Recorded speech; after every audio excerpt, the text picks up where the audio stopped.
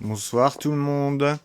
Alors donc dans cette vidéo, je vais vous présenter l'installation minimale d'Alma Linux, donc qui 10.0 qui est sorti le 27 mai 2025 et on va suivre en fait par l'installation de l'environnement de bureau KDE Plasma qui n'est pas présent par défaut dans les dépôts. Alma Linux 10 dispose d'un noyau 6.12.0, donc identique à celui de Debian. Et sa version de KDE Plasma est la 6.3.6. Donc nous allons nous rendre sur le site officiel d'Alma Linux, donc qui est celui-ci. Donc voilà, hein, je vous mettrai le lien dans le descriptif de la vidéo. Donc voilà, hein, vous pouvez voir.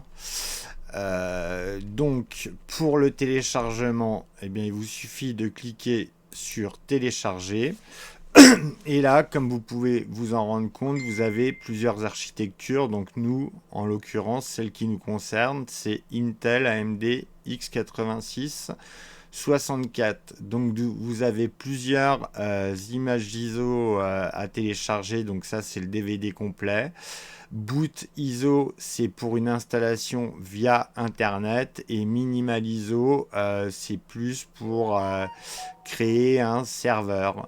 Et après, vous avez également d'autres images ISO pour le cloud et même des images live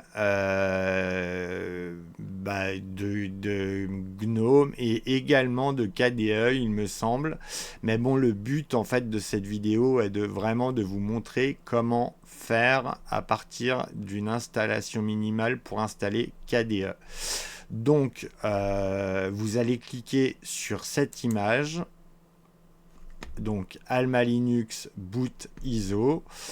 Donc voilà, la connexion Internet est requise. Donc, nous allons lancer l'hyperviseur Virt, donc KVM sous Virt Manager.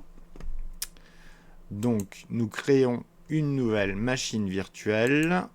Alors, on sélectionne l'image ISO, donc qui est celle-ci. Hop, donc l'OS est directement détecté. Alors on va modifier la mémoire vive. On va la mettre à 4 Go. Donc 2 cœurs de CPU, c'est très bien. Donc on va sélectionner notre disque virtuel personnel. Donc voilà. Et on va renommer notre machine virtuelle. Donc voilà, on va vérifier que la personnalisation est bien, enfin que tout est normal. Donc visiblement, il n'y a pas de souci. Donc là, on va directement sur Install Alma Linux 10.0. Donc on se met en plein écran.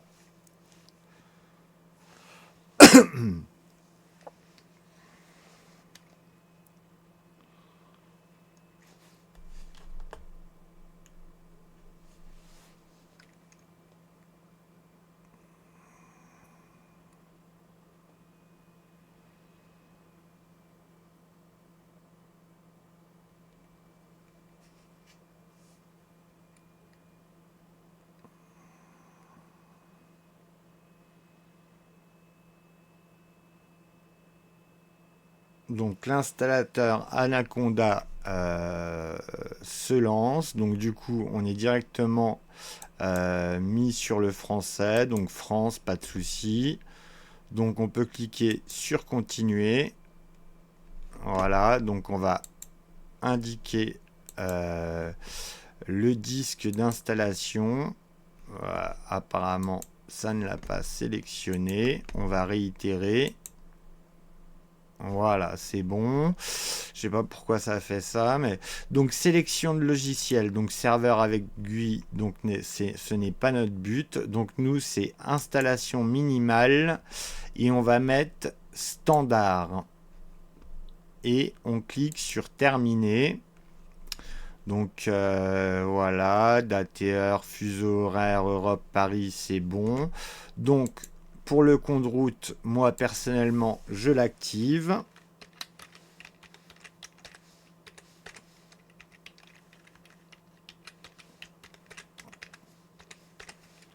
Voilà, donc terminé. Et nous allons créer un nouvel utilisateur.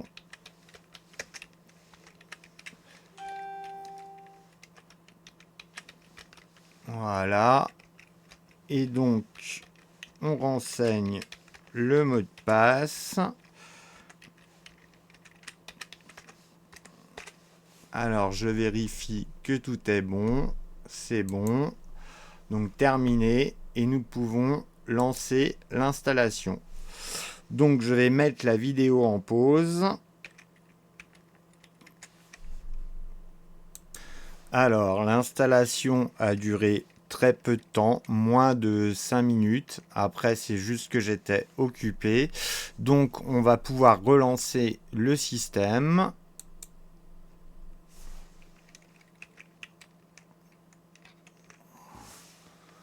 Voilà.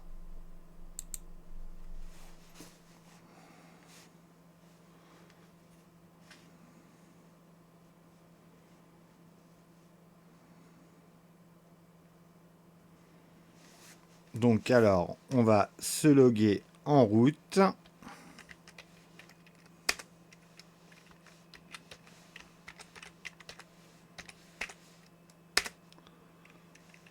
Et je vais vous montrer en fait les groupes de paquets disponibles par défaut. Voilà, comme vous pouvez le voir, il n'y en a pas énormément et vous n'avez pas KDE. Donc pour ce faire, alors déjà, on va effacer ce qu'il y a à l'écran. Donc on va activer le dépôt Uppel.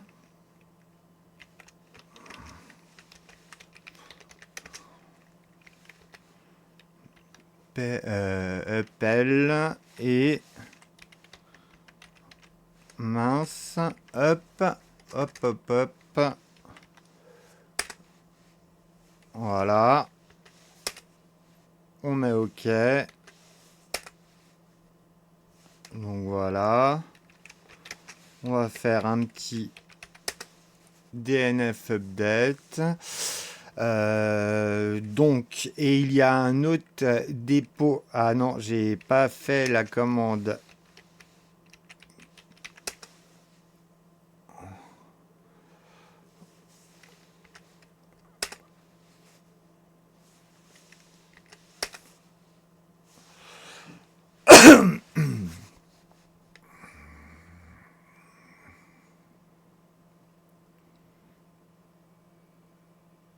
Et on va avoir un autre dépôt à activer en fait qui s'appelle Code Ready Builder. Donc pour ce faire, il faut lancer cette commande. Donc alors,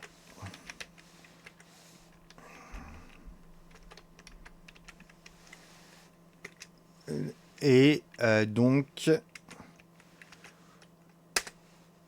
voilà, on va rafraîchir l'écran et on va voir les dépôts actifs. Donc, comme vous pouvez le voir, le défaut CRB est actif et le défaut Uppel également. Donc, du coup, maintenant, nous devrions avoir KDE dans les groupes de pactage, de paquets. Voilà, comme vous pouvez le voir, vous avez KDE, Plasma, Workspace, enfin tout un tas d'applications liées à KDE. Donc, dans l'immédiat, on va installer... non, donc c'est pas cette commande, c'est celle-ci. Donc, on va installer KDE, SMA et Work. Hop, que je fasse pas de fausse de frappe. On va installer cette KDE Plasma Workspace. Voilà. Et on valide.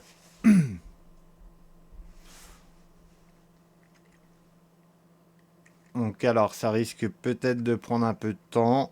On va mettre la vidéo en pause.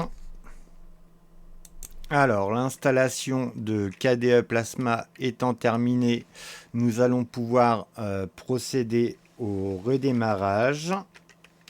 Donc shutdown R no.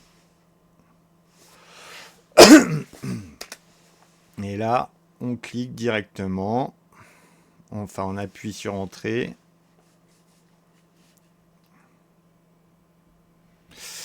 Ouais, c'est étonnant que ça ne lance pas le gestionnaire de session SDDM. Je vais regarder ce qu'il se passe. Donc alors, CTL, statut. Pourtant, il a l'air bien activé. Ben, on va taper la commande start. Voilà, ouais, je sais pas pourquoi. Ça doit être un petit bug au niveau de l'installation. Alors.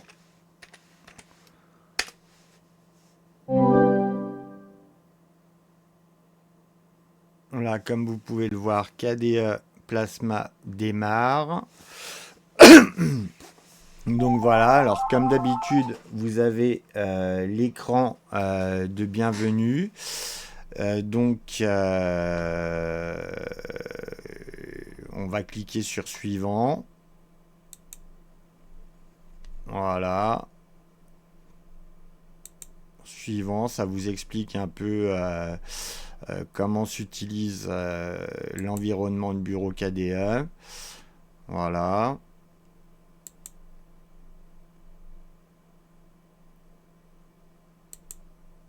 Et voilà.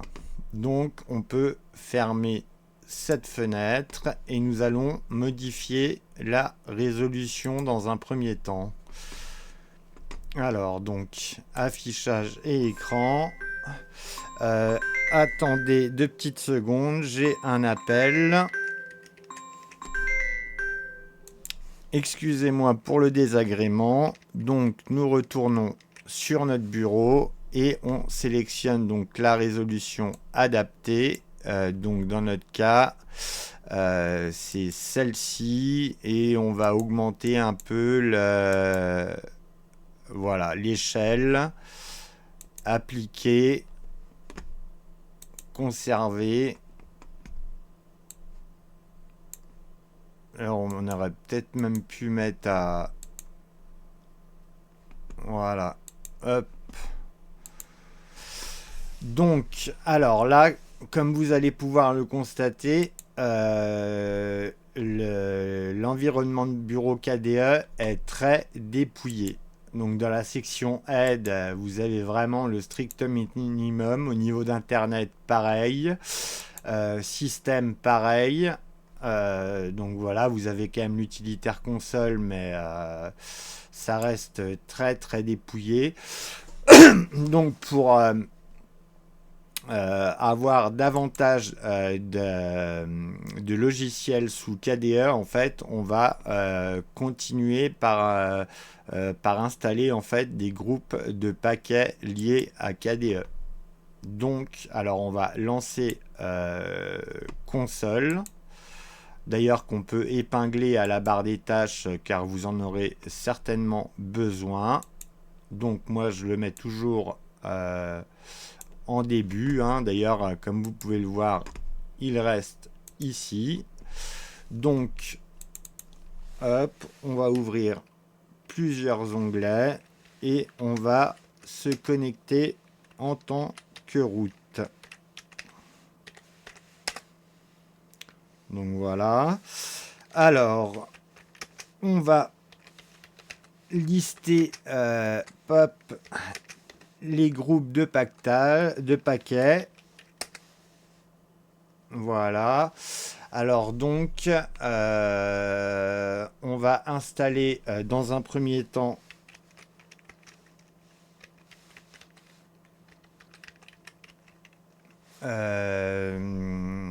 dans un premier temps, on va installer application KDE. Et vous allez voir qu'il va y avoir plus, comme vous pouvez le voir, il y a déjà toutes ces applications supplémentaires.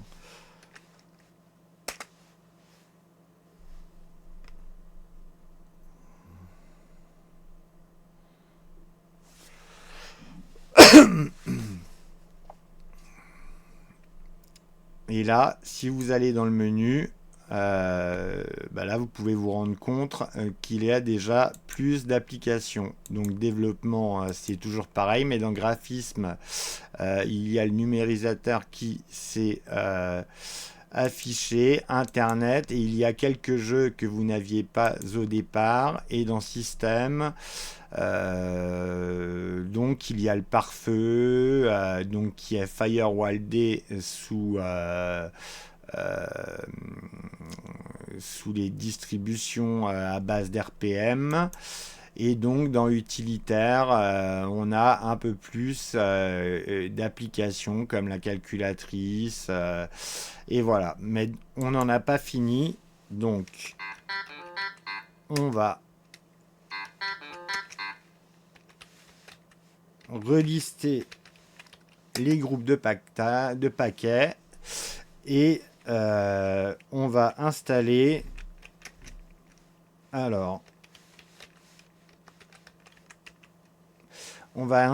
cette fois-ci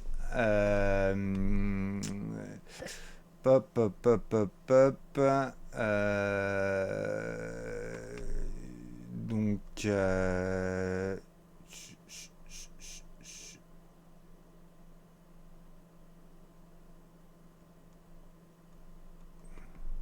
prise en charge, donc multimédia, parce que comme vous pouvez le voir au niveau multimédia, il n'y a rien.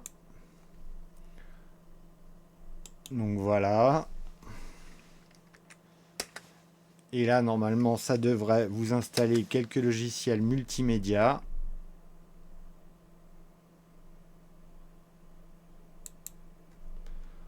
Voilà, comme vous pouvez le voir, il y a un onglet multimédia qui s'est affiché. Donc vous avez Dragon Player et Elisa. Et à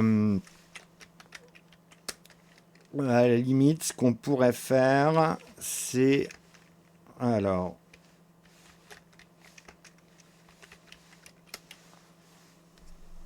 installer peut-être les outils de développement qui peuvent être pratiques. Alors pour le reste, développement de logiciels pour KDE, c'est si vous souhaitez développer des logiciels KDE, mais bon, ça c'est pour les personnes plutôt averties. Et KDE Framework 6, c'est également pour le développement. Donc à la limite, ce qu'on peut installer de base, c'est les outils de développement, donc qui comprennent GCC, Make et tout un tas de programmes. Donc, groupe installe et hop.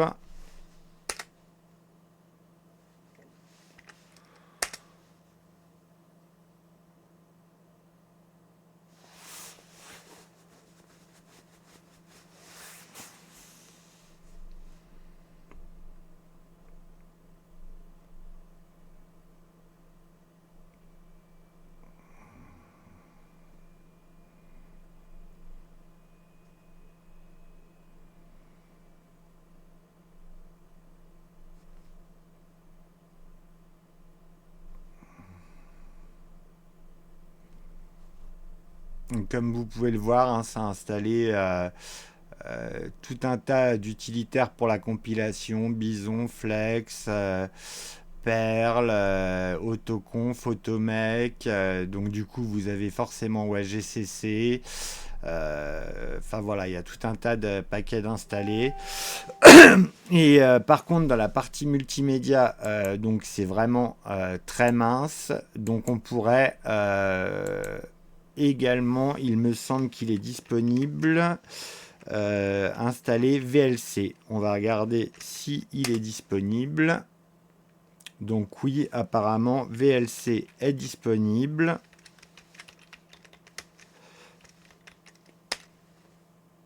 Voilà.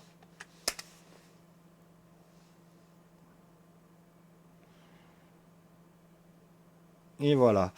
Donc du coup, ce qu'on va faire, c'est qu'on va ajouter des bureaux virtuels à KDE Plasma. Donc alors, on va taper bureau, bureau virtuel, et on va en ajouter 4. Appliquer. Voilà. Donc, ah oui, un autre logiciel qu'on peut installer, qui n'est pas présent par défaut et qui est plutôt indispensable. Comme vous pouvez le voir, il n'y a pas de navigateur Internet. Donc, on va installer Firefox.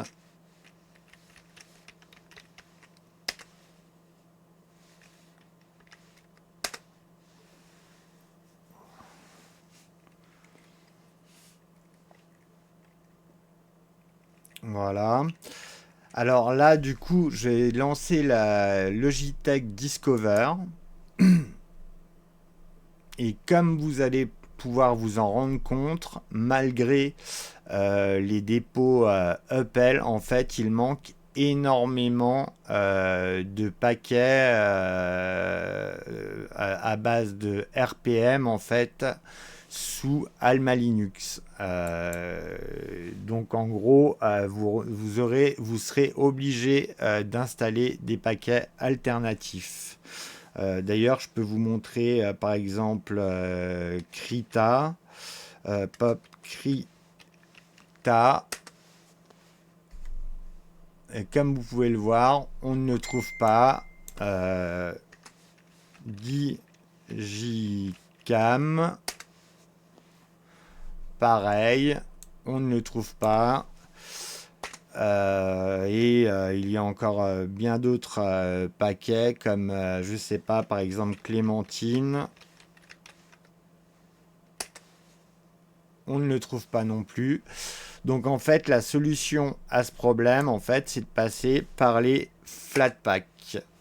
Donc du coup, on va passer au bureau 3 et on va ouvrir donc Firefox.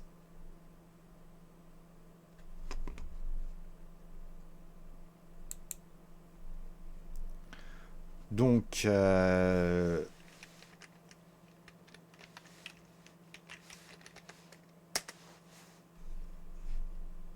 tout accepté. On va l'ajouter à la barre personnelle. Comme ça, vous n'aurez juste à cliquer sur Google pour aller directement sur le moteur de recherche. Hein. D'ailleurs, vous pouvez utiliser d'autres moteurs de recherche tels que DuckDuckGo. Voilà, qu'on peut ajouter également à la barre personnelle. D'ailleurs, je vous conseille fortement d'installer plusieurs moteurs de recherche car l'indexation n'est pas la même d'un moteur de recherche à un autre. Donc du coup, nous allons installer le dépôt FlatHub.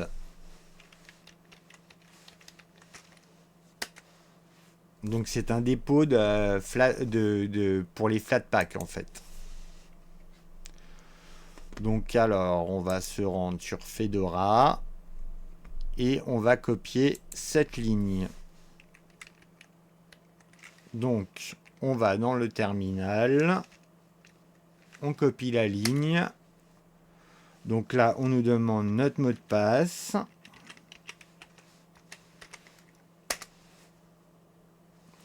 Donc normalement, maintenant, vous avez les dépôts FlatHub qui sont installés, comme vous pouvez le voir ici. Donc maintenant, nous allons retourner sur Discover. Donc on va fermer Discover et on va le réouvrir. Et là, on va par exemple taper Digicam, pap.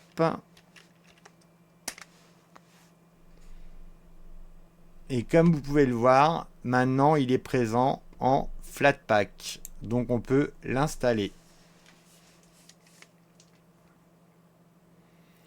Donc l'installation risque de mettre un peu plus de temps parce qu'après en fait les Flatpak, comme vous devez le savoir, en fait sont complètement isolés du reste du système, et c'est-à-dire qu'ils n'interfèrent pas avec les paquets RPM, donc qui sont la base d'Alma Linux. Donc du coup ils ont leur propre bibliothèque, librairie.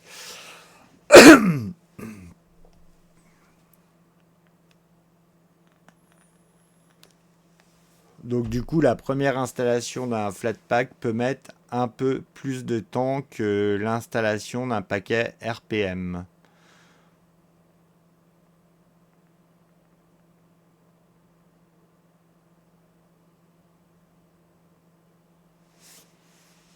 Et ensuite, par exemple, on peut installer, je ne sais pas si Chromium est disponible. On va regarder. Donc oui, vous pouvez l'installer. Comme vous pouvez le voir, il n'est pas disponible dans la section Internet. Bob, je ne sais pas pourquoi ça n'affiche rien. Donc on peut l'installer up via Flatpak.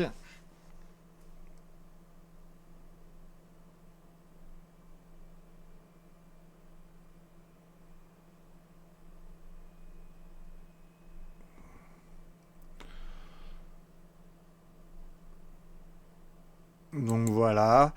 Donc en gros, comme vous pouvez le voir, si vous souhaitez en gros installer vraiment, avoir un bureau avec tous les logiciels nécessaires, bah, par exemple comme LibreOffice, LibreOffice en fait n'est pas présent par défaut en RPM. Voilà, on peut regarder, hein.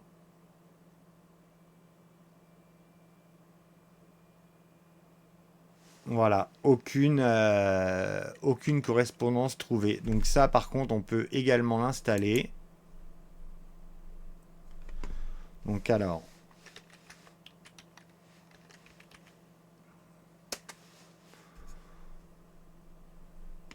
voilà. Et comme ça, vous aurez la suite Office, LibreOffice, qui est un peu indispensable.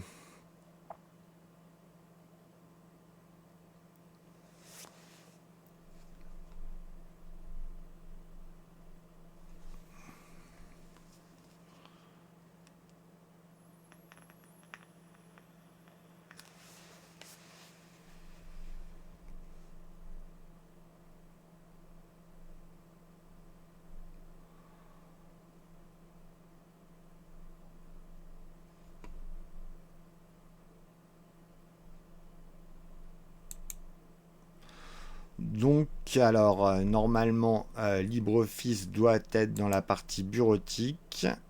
Alors, je ne sais pas pourquoi il ne s'affiche pas. Peut-être que ça nécessite un redémarrage.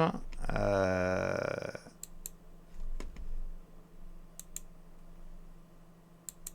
D'ailleurs,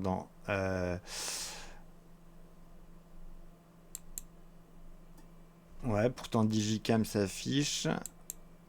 Je pense que ça doit nécessiter un redémarrage, mais bon, on va redémarrer pour voir si la suite a bien été installée.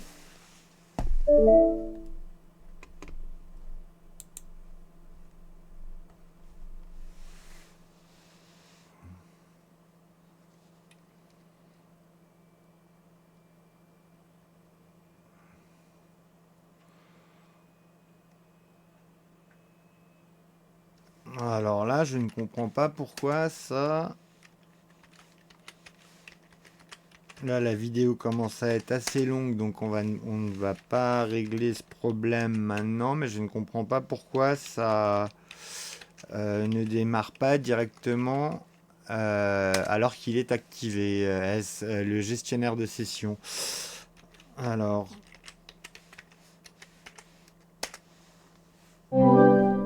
Il va falloir que je me penche sur ce problème un peu plus tard. Donc alors, est-ce que LibreOffice est présent? Donc oui, comme vous pouvez le voir, maintenant la suite LibreOffice est présente.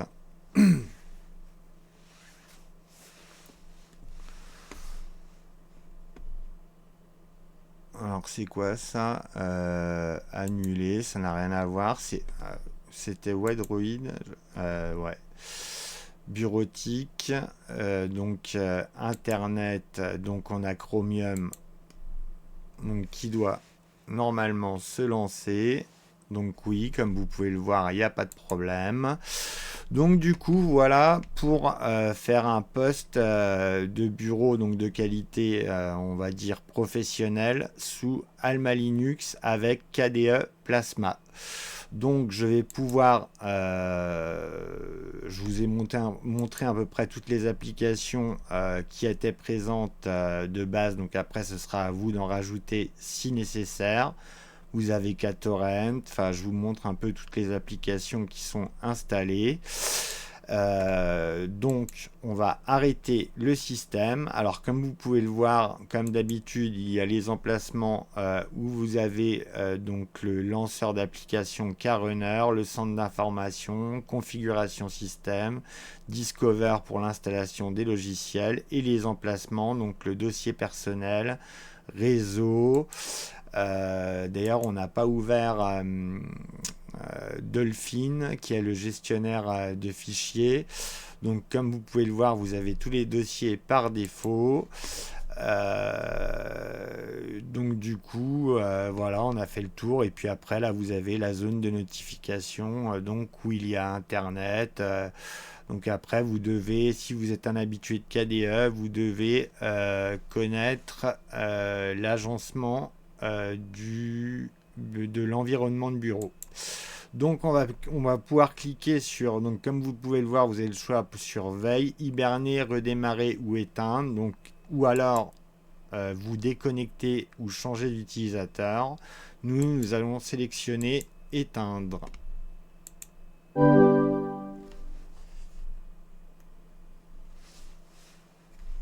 Alors, on ferme cette fenêtre.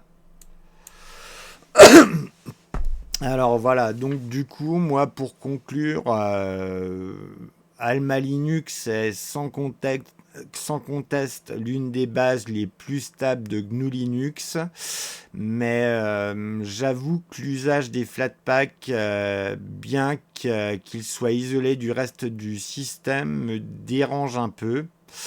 Et il y a bien d'autres distributions qui sont largement aussi stables, telles que Debian.